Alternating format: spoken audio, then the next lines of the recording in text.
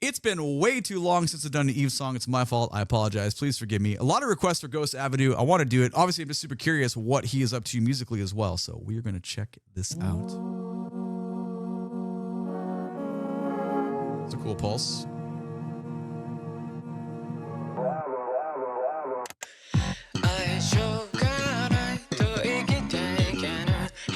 All right, bass. That's cool. The vocal line follows the bass line there.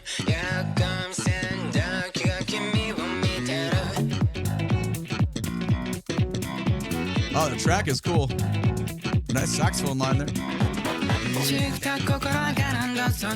There it is.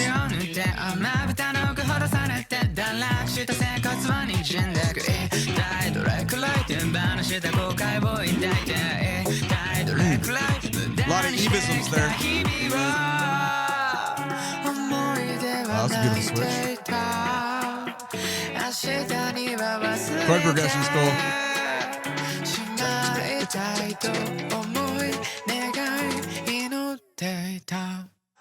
Alright. Yeah, we're back to it. A lot of Evisms in this song already. This is why I like his music. I mean, the cool thing about it is you hear it and you know it's him because the style is very consistent. So what do I personally mean for Evism? Generally on the verse, it's the cool rhythms that the melody is delivered with, and then the type of like harmonies and kind of like doubling up on the octaves, like usually lower and kind of a fuzzy tone that we get that just, it instantly sounds like him. It's obviously a saturated and produced sound, a lot of post effects on there, but it works for, I don't know, like I'm a little bit hypocritical in that because I generally kind of like always make a fuss about those. But for some reason for Eve, I don't know, it just feels like it fits in the pocket a little bit. So anyway, hypocritical stuff aside, let's go back and listen to the pulse right here. It's kind of a cool, super slow compared to where we're about to go. But still, ba, ba, ba, ba, ba, ba. We still have some, melodic content as we progress through the phrasing here. But then the quality of the bass player, just when they come in, sounds so great. Yeah, man. And already, ba ba be ba ba da ba da da da. Very melodic installation there. And I think I made the comment on the first listen through. I said it's cool that the voice follows the bass line there. I mean, really, it's just the phrase, and you could say the bass follows the vocal line as well. The contour kind of ascends, and we're in the pocket of a, it's a slap pop groove. The tone of the bass is stellar. Like, it sounds amazing. And obviously, we're just getting 4 on the floor on the kick drum. So danceability factors are already super established because it's, it's groovy as hell. So outstanding job of that. Different kind of trebly effect on the voice here too. Yeah, the bass player is stellar. But the track right here, 2, 3, and ba-ba-ba-da. I didn't even hear it the first time. I heard the saxophone, but then it sounds like guitar player is doubling that as well. Also, there's some really cool palm muting effects going on. So again, the danceability factor is extremely there because the groove is just so good. So, and that I have high expectations with Eve tracks because usually the stuff he puts out is killer. So I'm just like, yeah, man, of course it's going to be great. But it's some bias there too, because I like that type of a track. I like to play in that kind of music. It's a lot more fun for the rhythm section players. So, I mean, we can observe stuff all day long, but obviously some biases are going to fall in there. So, I mean, there's no surprise, right? This transition is cool.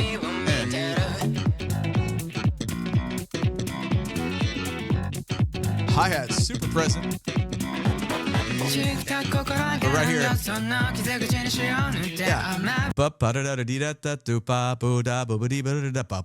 It's like the groove-based flow. It's not some overly complicated, verse where the flow is like super mathy and you're like jumping all over the place. It's completely based in groove, which is great because underneath it, the rhythm section is based in groove. So when you have both those layers going to be like super, the danceability factor again is super high. Like obviously it's all going to complement each other.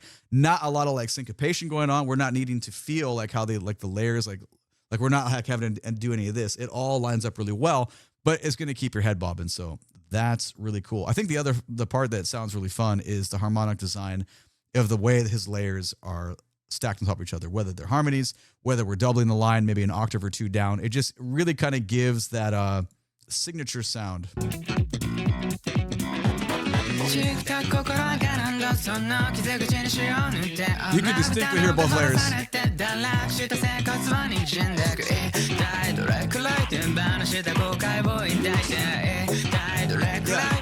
The extreme, it just really adds that groove to there. I mean, you can't stay still listening to this, so it's very cool. Also, some round, like, synth tones going on underneath there. I know we spent a lot of time in the first minute, but the reason we do this is because most likely the rest of the song will contain similar, like, song construction ideas. So if we appreciate it now, we can just kind of think about that as it goes on. I'm going to go back about 9 seconds, and we'll let it go for a bit here. God,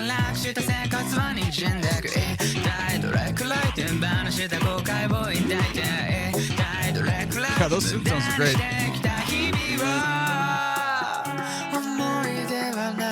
That's beautiful. The variance, the chord progression is super important. Well, obviously you have to talk about just that little shift on the snare, different type of snare too. It kind of like just sneaks out and suddenly it's more prevalent. I mean, also we get the guitar as our main accompanying instrument now because everything else kind of died away. So I know we said we won't stop, but we can't not stop and make, obviously talk about the observation of just what's going on there. So very, very good song construction. Going back 5 seconds. This time, I promise. We'll go.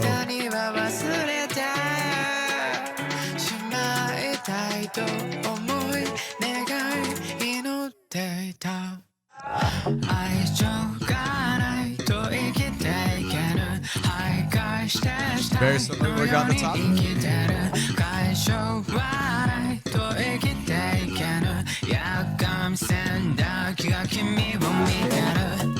Little variance in the vocal delivery there.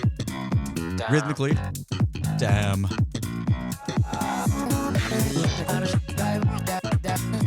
Oh, that's cool.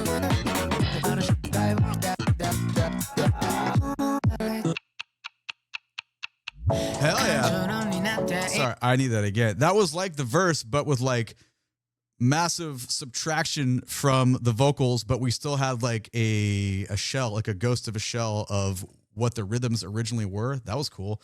That's 141. Hold on. And I really like the clock ticking segment too. I think we're here is safe. This is very cool.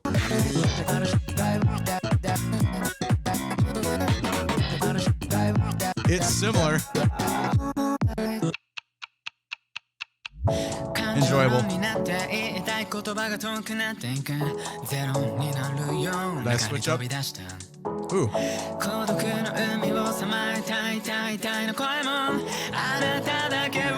Cool phrasing. Very E-flat. There it is. There it is.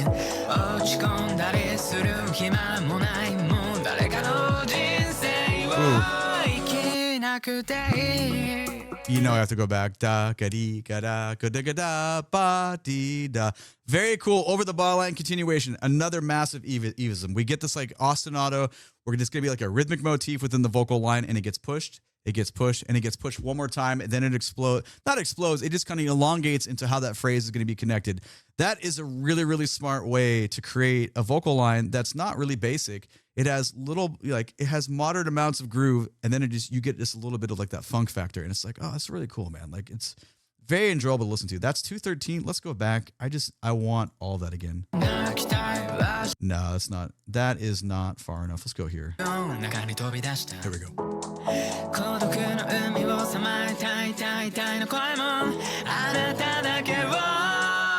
Yeah, man. That's so like it's really cool. Like the contour of the phrasing is really, really nice. Like think about how many folks don't give us stuff like this. So you really need to appreciate when we do get stuff like this. And it might be like minuscule and you don't really care. That's cool too. You don't have to like geek out about this stuff. But I think it's important to appreciate folks that like put a little bit more into their art to be like, yeah, man, we could say they're just, hold on. They're not just words. Lyrics are really important to a lot of people, right? But for me, it's the delivery of how we get them musically that is far more important. And that's not the same for everybody. I get that. But when folks do go the distance to make the delivery of them interesting and very musical and just enhance the song in that way, we need to give the praise.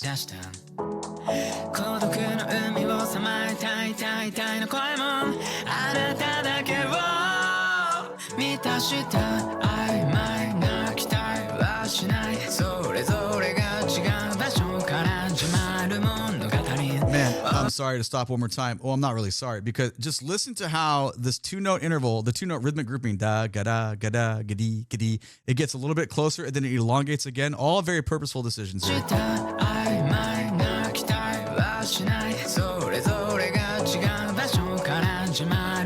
Listen, it gets so condensed.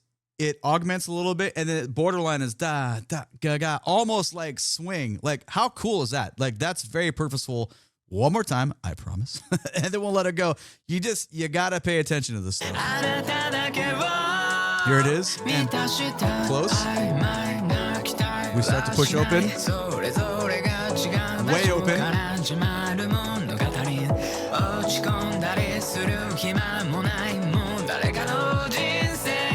That's very cool.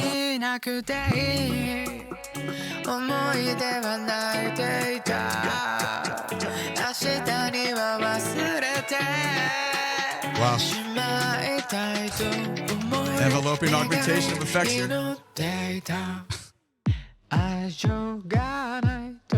Oh, interesting.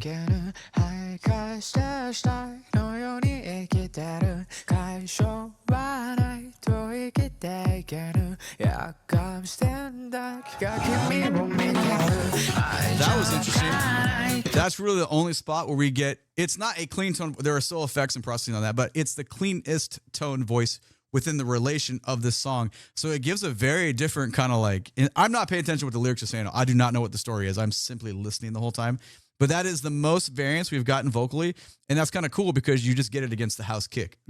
You just get it against that quarter note pulse. So let's just grab that one more time and then we'll let it go out. That's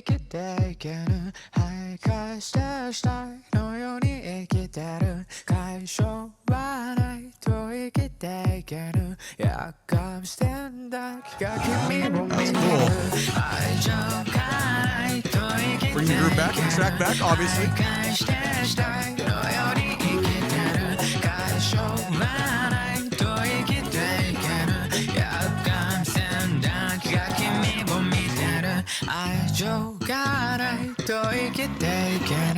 Man, that was super enjoyable. It's been way too long.